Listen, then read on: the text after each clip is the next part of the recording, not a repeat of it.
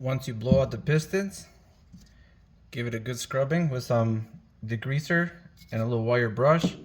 Rinse them off and clean them up pretty good. Make sure when you are cleaning them up though, place the piston lightly so you don't get any water in there, and then you can take them off. When you remove it, this ring sits just like that here, and it has it's got a dust boot. There's the old one. It's got a dust boot that sits around that, and this thing grabs on to the dust boot just like that. Careful when you do take these apart. There is a small rubber seal just like that sits in these little indentations right there, so make sure you don't lose those if you don't have a rebuild kit. And then from there, once you have them apart, there is this seal that sits right in here. Use a flathead and gently pull that out, just so. There's a little channel that thing sits inside, and it comes out just like that. The little seal. Now these are the original ones. I did buy new ones to replace these, but these seem in pretty good condition. Like, this caliper in general is in great shape, so I'm very happy with that. I'm gonna definitely save those seals. Maybe we'll reuse them in the future. I just want to show you guys in detail. This is the channel that the seal sits in right here that we just took out. So make sure, avoid trying to get any dirt in these holes. All right, next step is we're gonna tape all this up, get it ready for paint, and yeah, we should be good from there. The surface is already in great shape, so I don't think we need to do any more. I would get some rubbing alcohol and clean it to make sure any leftover grease is completely removed, but other than that, I'd say this caliper is in ready to paint shape and form. So we're gonna go ahead and mask this up and get going. All right, for the most tedious part, I'm gonna show you the paint prepping process and what I covered up. So you can see I pretty much covered up all the contact surfaces, everything that's going to make contact with the other caliper or with the brake pads, I taped up. So you can see over here, this area, the shims, taped up, those areas. I'm not worried about this right now because I'm going to use a Dremel to clean this up after I painted. This is the other side. You guys can see. Spend as much time as you can possibly spend on this process because it will make or break your job. And I want to show you guys, we're going to go from this to this. As you can see, all the areas I covered up. This is fully built. Now I finished this one. This one's all painted, such high temp paint. These are torqued to 50 foot-pounds. So this one's all done, and you can see all the areas we taped up.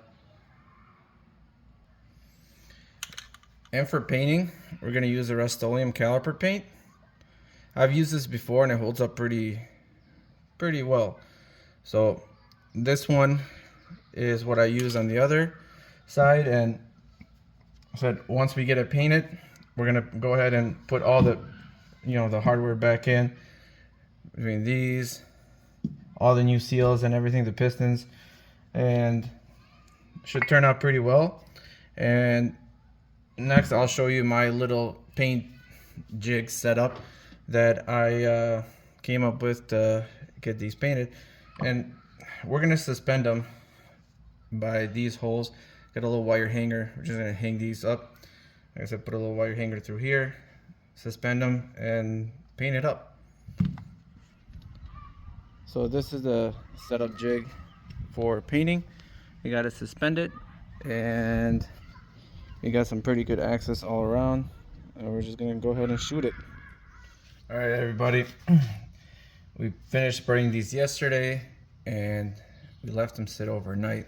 Now you guys can kind of see how everything looks after the painting. You can see all the areas that we taped up. There's the other side.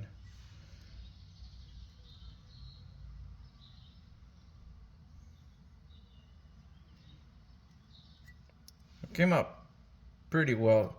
Like I said, the more time you spend taping and covering the areas pretty nice, and you get yourself a pretty sharp X-Acto knife for the tape, you'll be pretty happy and satisfied with the results. So you guys can see. Now the next step is my Dremel. Hit up the Acura logo here, so we can turn it into this. You can see it before and after.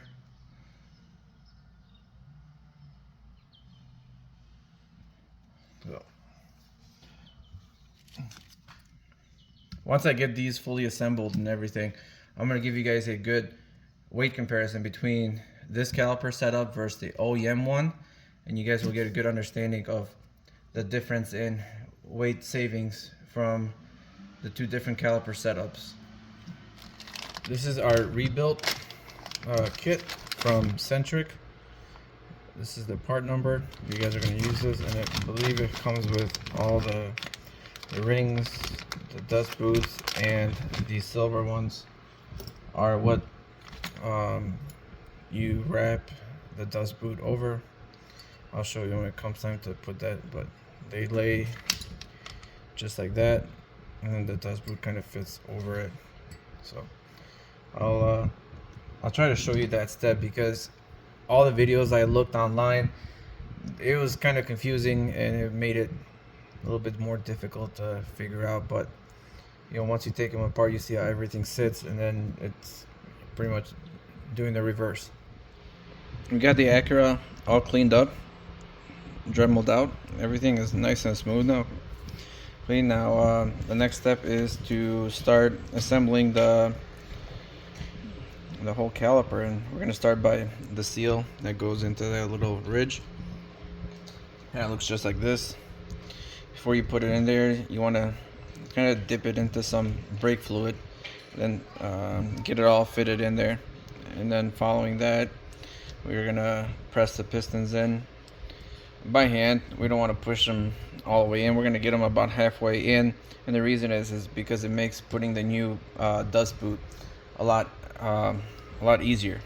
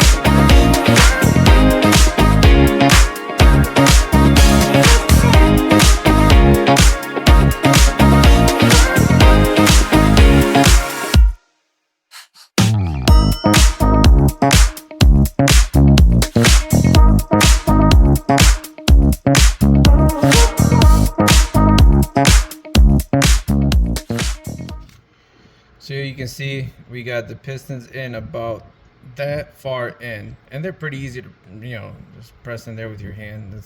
We used a little bit of the, synthetic brake grease, high temp one, just lightly coat the pistons to help it, slide in place. But you get it in that far, and then you take this metal ring, and it sits and just around like that, and make sure you firmly press it into place, because you want it to stay put And the reason being is that because you're gonna uh, wrap the boot around that, and it needs to be firmly pressed in place. You don't want that thing to pop out. Essentially, just you want it to be in there good. And I'm gonna put these two in, and then I'm gonna show you how the dust boot wraps around this ring. So that's in there. So before I put the other one in, I'm gonna show you guys here. So the way it works is this is facing up.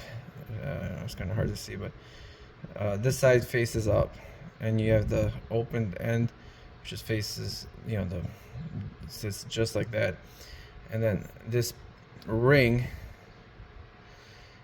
fits in here into this. You can kind of see it's the same shape. It fits in there. So when you place it, make sure you don't pull the this metal ring with the dust boot out. So the way I find it easy is I get a little bit of, like I said, very lightly, just grease the inside of this dust boot very, very lightly. You know, you don't want to put it heavy, just to help it slide over the ring. And you know, it's much easier application that way. So just I figured I'd just share. I'm using this one. This is the grease. Oh, got a little dab on there.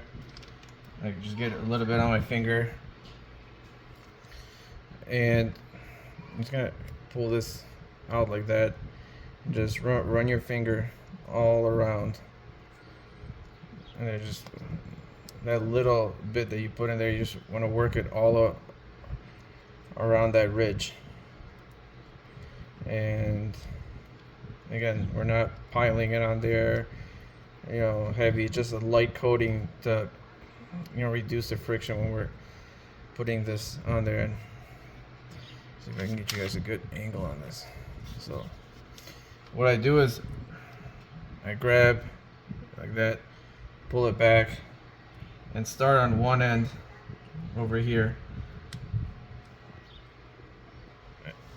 I just kind of want to take it back for a second. So you see this ridge right here, this channel that's around the piston right here.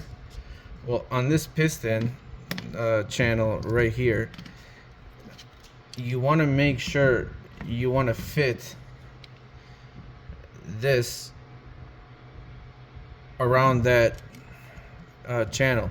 So when you put the dust boot on, make sure that this is sitting, this flat surface right here is sitting on that ridge over there, so it's not, you know, pinched in any sort of way. It's sitting, you know, flat on there, and you'll know if it's not sitting right because it'll look all pinched and deformed. So that's very, very important that these two surfaces mate perfectly. And again, I want to start applying this on there. Like, peel it back, hook it up on there, and you try to work it around.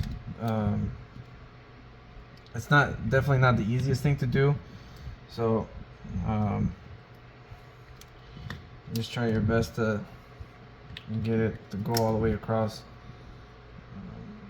This is probably, I would say, the most annoying / difficult part of this process. So I'm gonna pause the camera so you guys don't have to see me fighting with this, and then once I get it in there, I'll give you guys a good look. All right, we got the dust boot in, so you want to see what it looks like, and I'm gonna pull this back down just a little bit. Just having a hard time focusing. You see it sitting on there pretty good, right? It's not looking awkward or any sort of way. Got a good seat on there. So I don't know if this light will help, but well, much better. So there you go. That's what makes this successful replacement looks like. We're just gonna repeat on the rest of them, and then go from there. Alright, so the calipers have been sitting out for a couple of days now out in the sun. I've left them out to bake and let the paint really cure so it doesn't feel sticky to the touch, you know. Next, this is the last thing that we're gonna do to this is put the bolts back. And remember, I'm putting these back. The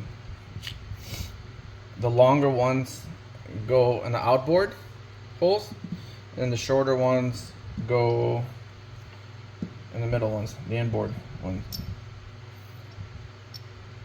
So just like so, like that. And then once you get them in, make sure you use a torque wrench, torque them to 50 foot-pounds.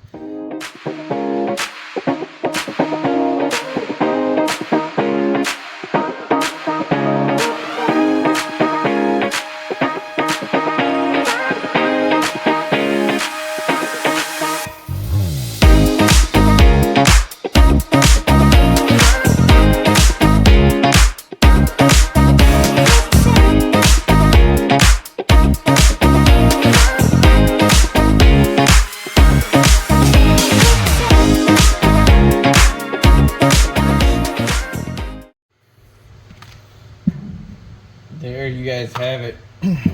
2 calipers all finished up.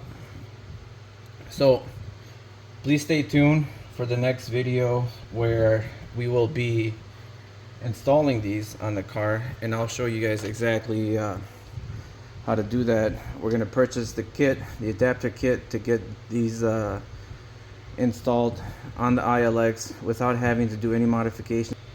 I'll put out all the parts you're going to need for the conversion. You will be using 350Z track spec front rotors. I believe they are 1 inch bigger than the current ones that we run on the car. So the rotors themselves will be 1 inch bigger, and then the pads will still be RL pads, brake pads. And other than that, the conversion kit, you can purchase that separately from the website I'll be providing to you guys. And then yeah, that will be that. So please leave any comments or questions you have down in the video, and I'll try my best to answer any guys' questions or any concerns or anything you may need. I'll try my best to answer all those, and we'll be ready to go with the next video. Stay tuned. We are taking the car. The car is all ready to go. We will be taking the car to Western Michigan Honda Meet this weekend, where we'll be running it. Open track day. We'll be having a lot of fun with the car. So we got it all, dialed up. All the parts are packed, extra parts and everything, and hopefully we won't be needing that this weekend, but it's there for safe measures. And yeah, please stay tuned for that video. I'll post up some laps and give you guys a good overview of the event and what's going on out there. So yeah, and then after that we'll get these things installed, and hopefully for next year when we take it to the track, we'll have some added stopping power. Thanks for watching, and see you in the next video.